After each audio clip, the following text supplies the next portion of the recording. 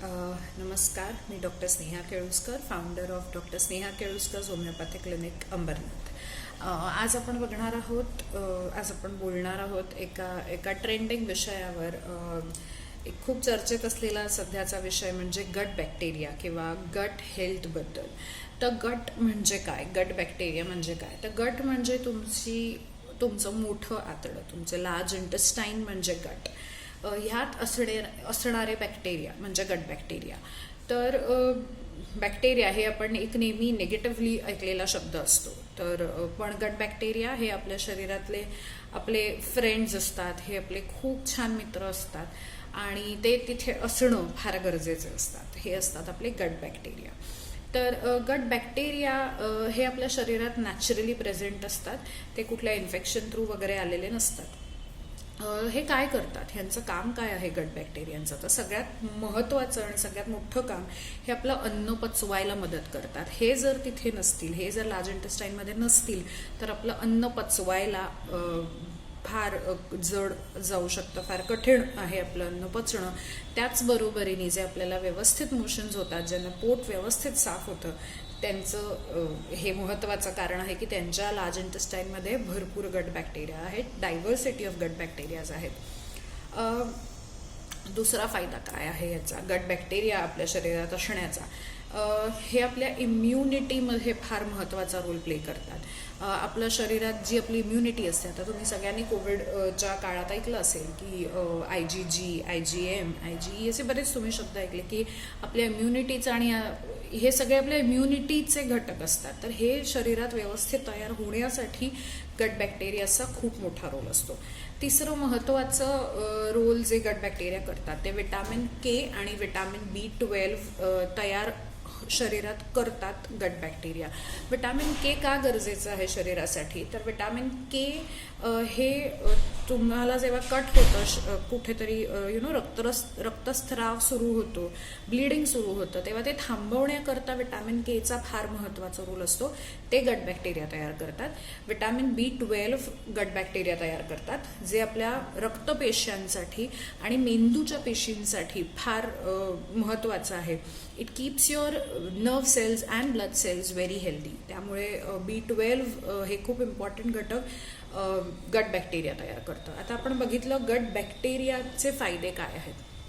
काय होईल जर माझ्या शरीरात गट बॅक्टेरिया कमी असतील, गट बॅक्टेरिया जर नसतील, तर काय त्रास होऊ शकतो? तर सगळ्यात महत्त्वाचा त्रास जो डे टू डे लाईफमध्ये आपण बघतो तो म्हणजे कॉन्स्टिपेशन. तुमचे मोशन्स क्लिअर होत नाहीत, कारण बॅक्टेरिया कमी असल्यामुळे तिकडे अन्न तुमचं पोचतं तर आहे, पण ते पचलं जात नाही, त्यांचं रूपांतर तुमच्या स्टूल्समध्ये होत नाही आणि त्यामुळे ते बाहेर पडायला फार त्रास होतो. सो गट बॅक्टेरिया कमी झाले तर कॉन्स्टिपेशन होऊ शकतो. कॉन्स्टिपेशनची पुढची पायरी असते, जे तुम्ही अजून एक ट्रेंडिंग डिसीज जे तुम्ही ऐकलं असेल, IBS, इरिटेबल बॉवल सिंड्रोम. म्हणजे कधीतरी मोशन्स होतात, कधीतरी होत नाहीत, कधीतरी पोट बिघडल्यासारखे भरपूर मोशन्स होतात, कधीतरी कॉन्स्टिपेशन होतं. सो ऑल्टरनेट डायरिया आणि कॉन्स्टिपेशन, ज्याचा काहीही वेळा फिक्स नाही, का असं होतंय माहिती नाही, हे अमुक खाल्ल्यावर होतंय का, तर तेही नाही, माहिती नाही. Irritable bowel syndrome, IBS, IBD त्याचा एक पुढचा आजार आहे. या सगळ्यांमुळे ह्या सगळ्या गोष्टी होऊ शकतात जर गट बॅक्टेरिया तुमच्या शरीरात कमी असतील. दुसरी गोष्ट, जसं आपण म्हटलं, तुमच्या इम्युनिटीवर फरक पडू शकतो. तिसरी गोष्ट, विटॅमिन के आणि विटॅमिन B12 तयार व्हायला मदत होणार नाही जर गट बॅक्टेरिया नसतील तर. जर आता गट बॅक्टेरिया माझ्या शरीरात नॅचरली आहेत, तर मग हे का कमी होतात? काय असं होतं की शरीरात माझे गट बॅक्टेरिया कमी व्हायला लागले आहेत? तर सगळ्यात महत्त्वाचं कारण आहे स्ट्रेसमुळे तुमचे गट बॅक्टेरियाज कमी होतात. इरेग्युलर स्लीप, झोप अवेळी होणं, कमी होणं, न लागणं. आता यामागची कारणं तुम्हाला सगळ्यांना माहिती आहेत. फोनवर रात्रभर स्क्रोल करत बसणं, स्क्रोल केल्याशिवाय मला झोप येत नाही, या सगळ्या ज्या गोष्टी आहेत.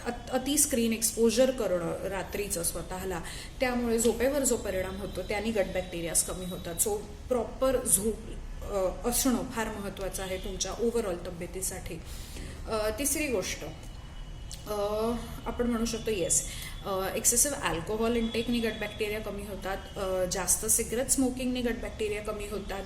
Over use of antibiotics and pain killers, non steroidal anti inflammatory drugs NSAIDs ज्याला आपण म्हणतो, तेच जर सतत खायची सवय असेल तर गट बॅक्टेरियावर त्याचा परिणाम होतो. जसं आपण प्रत्येकजण एक्सपिरियन्स करतो की अँटीबायोटिक्स खाल्ले की आपलं पोट बिघडतं. तर पोट जेव्हा बिघडतं आणि ते सगळं जेव्हा वॉशआउट व्हायला लागतं, त्याचबरोबर तुमचे चांगले बॅक्टेरियाज, गट बॅक्टेरिया हे नेहमी चांगले असतात, ते सुद्धा वॉशआउट होतात. सो त्या जास्त सतत अँटीबायोटिक्स घेण्याची जर सवय असेल तर गट बॅक्टेरियावर त्याचा परिणाम होऊ शकतो.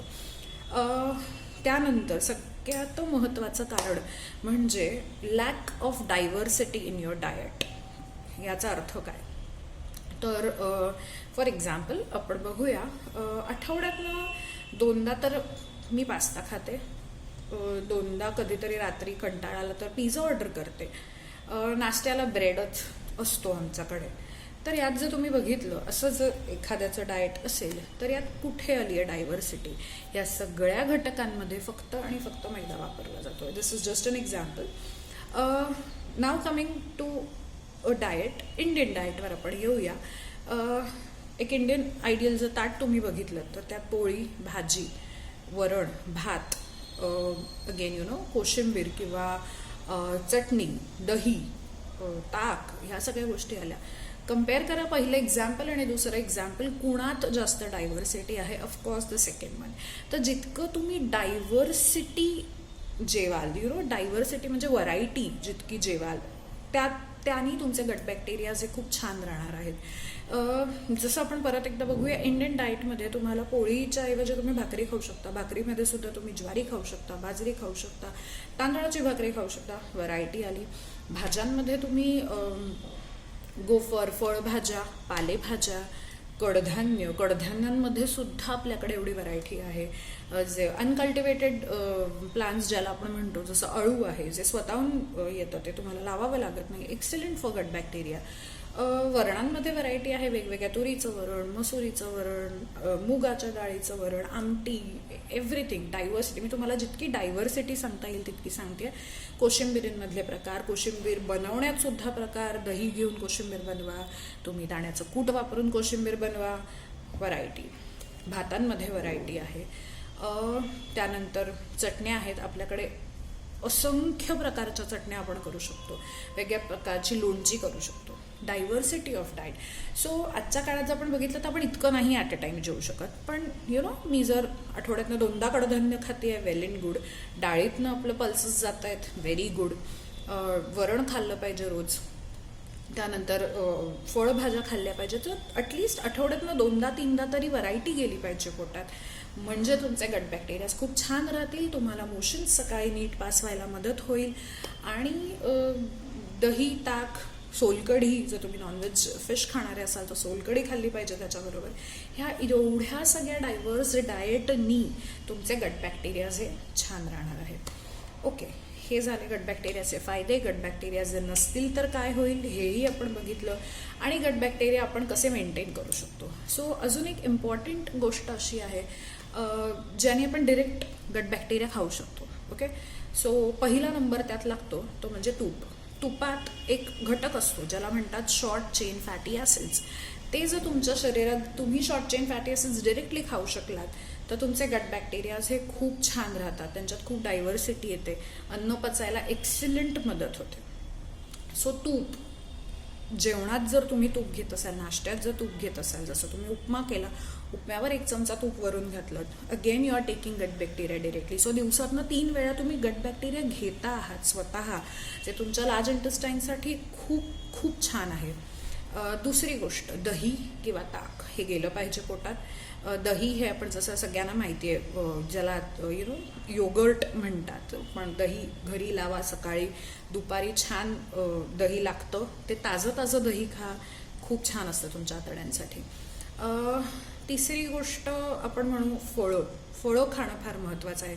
सकाळी उठल्या फळं खा, किंवा कधी भूक लागेल, जेव्हा असं वाटतं जेवणाच्या आणि नाश्त्याच्या मध्ये कधीतरी वाटतं की भूक लागली मला, त्यावेळेला काहीतरी अरबट खाणं, काहीतरी बिस्किटं खाणं, यापेक्षा तुम्ही त्यावेळेला फळं खा.